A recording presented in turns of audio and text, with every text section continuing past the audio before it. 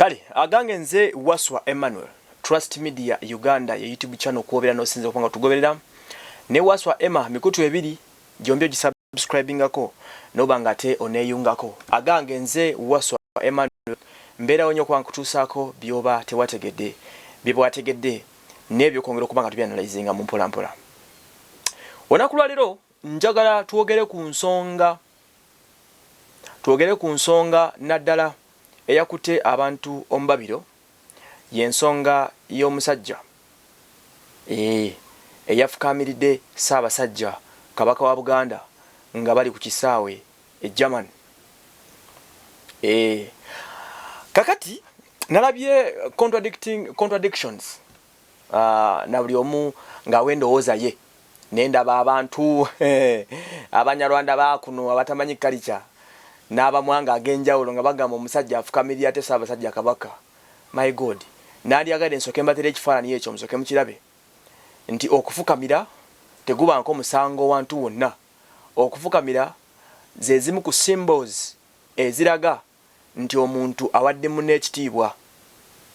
Ssaabasajja Kabaka mu Buganda bamuyita Ssaabasajja, Ssaabataka, byonna bibye. Okiwulira mu maaso ga Ssaabasajja tewabawo omusajja mulala, yabeera buli kimu.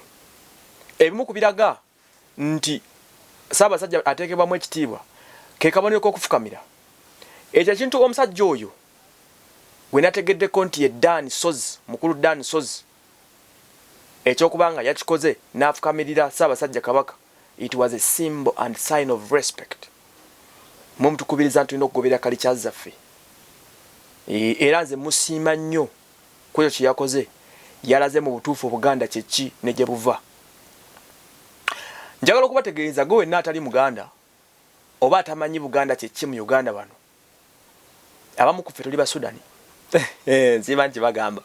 Naye njagala mbategeeze tewali gwanga mu Uganda lisinga Buganda kubeera ne culture ejjudde, a full enriched culture mu Uganda wano. Abamu tera okunoonya ne mungamba Emma tetukulabako osangibwa ku namba ki.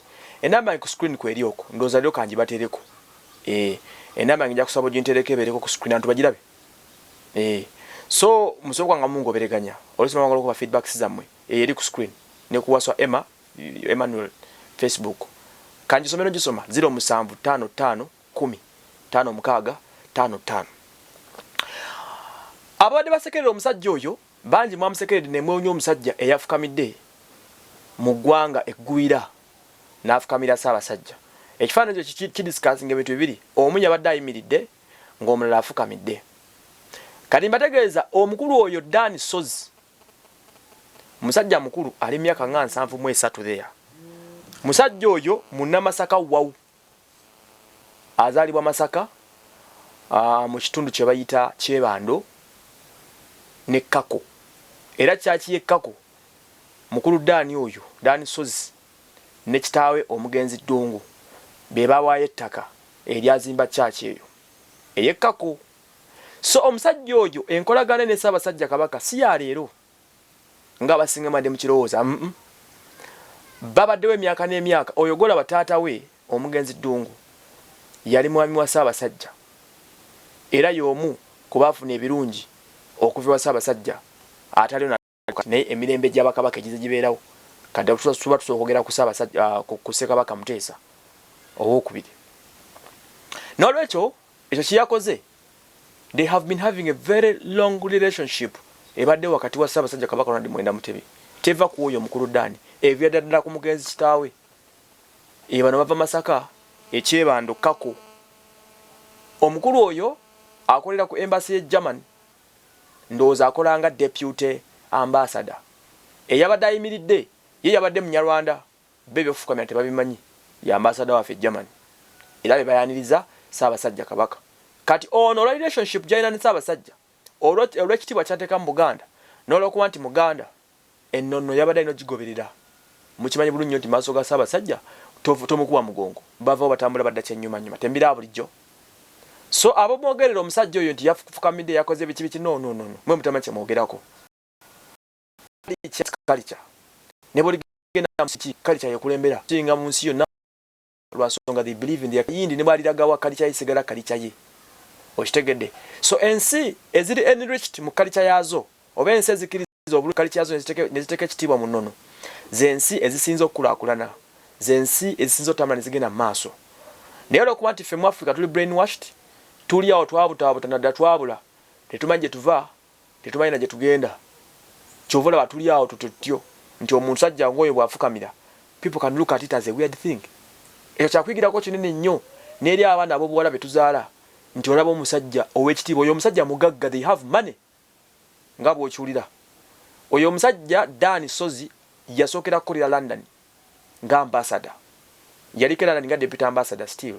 N'akolerako Denmark. Oyo omusajja y'omu nadde Germany. Katwogera ku musajja an international material. Ebiseera bibiri yange Denmark eyo yakolagananga nnyo ne prime minister we Sweden oba okitegeera. So n'olwekyo omusajja oyo temutunulira nga kyakusaaga. He is a very old man. Omusajja ow'ekitiibwa yabadde alina okubugiriza Ssaabasajja mu mbeera yonna. Okubanga wava e Kampala n'ogenda e Sweden oba n'ogenda e Denmark oba n'ogenda e Germany ngono gy'abeera tekikuggyako kubeera wa ggwanga lyovaamu. Kyova n'oba ofuna passport wano ewaffe ne wali ofuna identity card baakubuuza ng'oli wa ggwanga ki.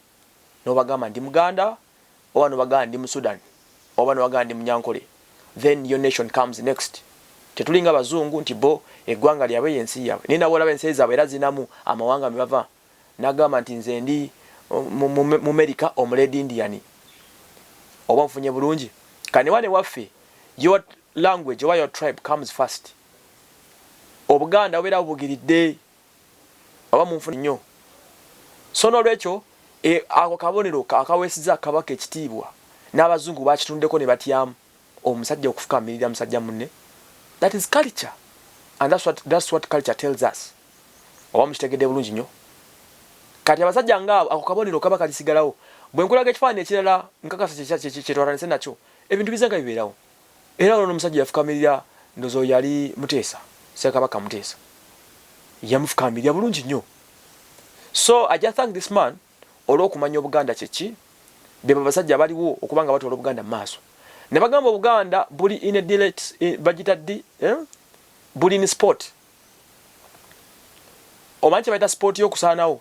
Obuganda kwe buli. Lwaki? Obuganda bunaabuuse nnyo. Abaganda banaabuuse nnyo. Why?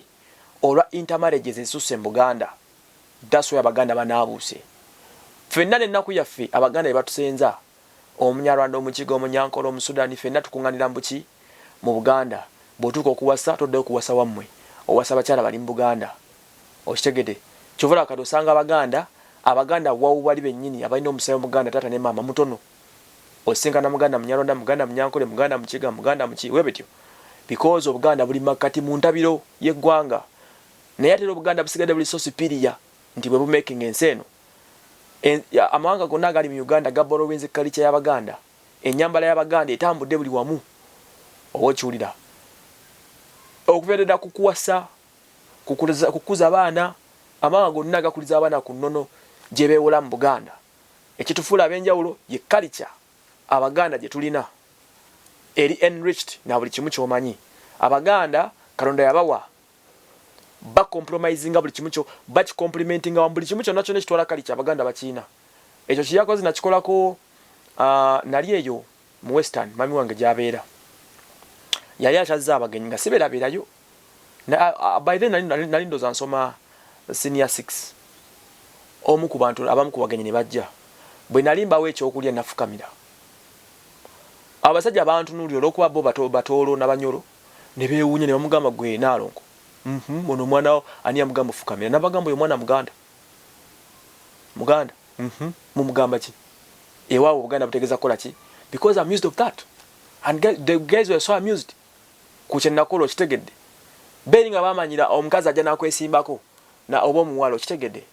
But bagenze baki oba nfuna bagenze batwala culture yaffe. So n'olwekyo abadde baagala okumanya ku loodi oyo Dan Ssozi, mukulu Dan Ssozi, myaka nga 7 asinga Ssaabasajja Kabaka emyaka ekitone nnyo nga 7.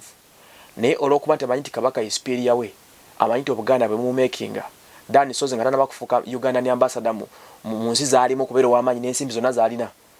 He's a Muganda. Besides that, bw'otamanya gy'ova, tomanya gy'olaga. we need to keep our culture. Abazungu culture baje basoko protectinga bya musimise nnyo nafe nokola ekyo yasigadde nga yemide simblaminga kubanga ye munyarwanda ebitabikola ki tabimanyi batono yeno kyade no chukwa nageze ngo birifana nibyo yadatambulira na ngero la basaba sajja ku ntebe olwokuba ye muganda amanyi Kabaka kiki ngero mulaba amavivi kutaka and msajja mukuru dani wafunye obonero bw'ekike kyawagulu ennyo abasajja nga mmwe mwebete bitaga mu Uganda okitegedde bulungi nnyo nze waso Emmanuel